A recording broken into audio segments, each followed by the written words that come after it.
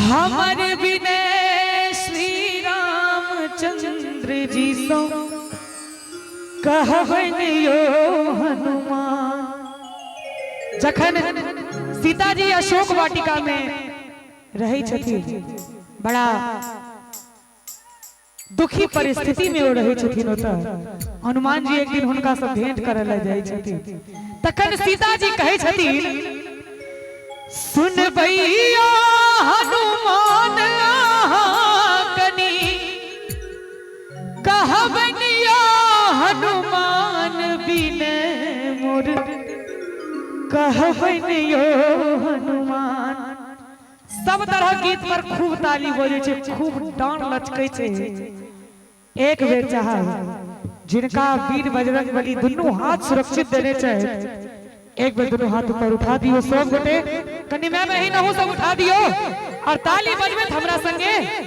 हमर विनय श्री रामचंद्र जी सो कहबन यो हनुमान। हमर विनय श्री रामचंद्र जी सो कहबन यो हनुमान। कहबन यो हनुमान कनी कहबन यो हनुमान विनय मोर कहबन यो हनुमान।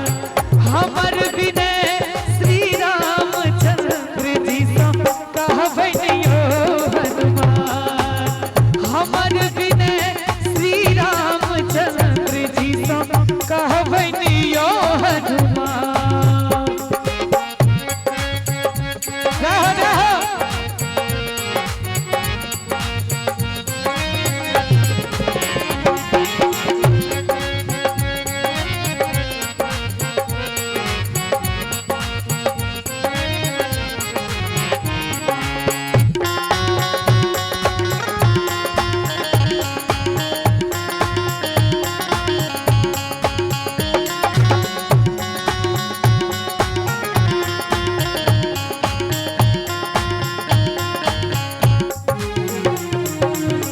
लक्ष्मण दुख कियो नहीं देबन, लक्ष्मण दुख कियो नहीं देबन।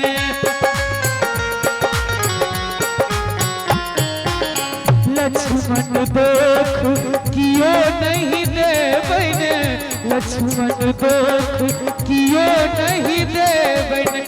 रावण हरलक ज्ञान कनि, रावण हरलक ज्ञान कनि कहबन या हनुमान विनय मोर कहबन यो हनुमान। हमर विनय श्री रामचंद्र जी सो कहबन यो हनुमान। हमर विनय श्री रामचंद्र जी सो कहबन यो हनुमान।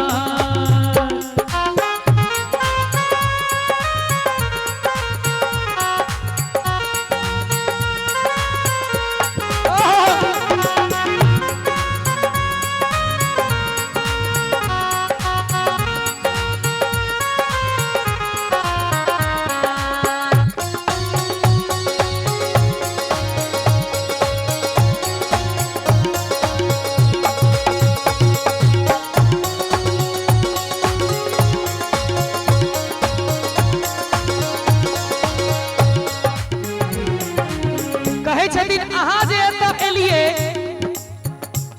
एहि बारे में हमरा अलावा और हमरा स्वामी के अलावा केकरो पता नहीं लगबाक चाहिए।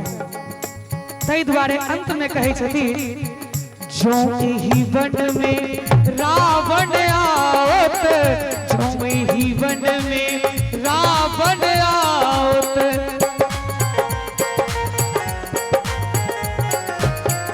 जो एहि वन में रावण आओत, जो एहि वन में रावण आओत।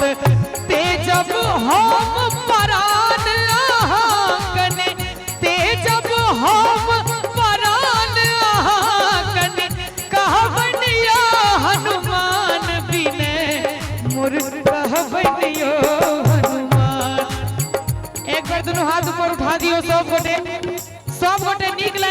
तो कनी अहू सब उठा दियो सब गोटे मैं बहन कनी अहू सब और ताली बजबे हमरा संगे हमर बिने श्री रामचंद्र जी सा कहबन यो हनुमान हमर बिने श्री रामचंद्र जी सा कहबन यो हनुमान हमर बिने श्री रामचंद्र जी सा कहबन यो हनुमान हमर बिने श्री रामचंद्र जी सा कहब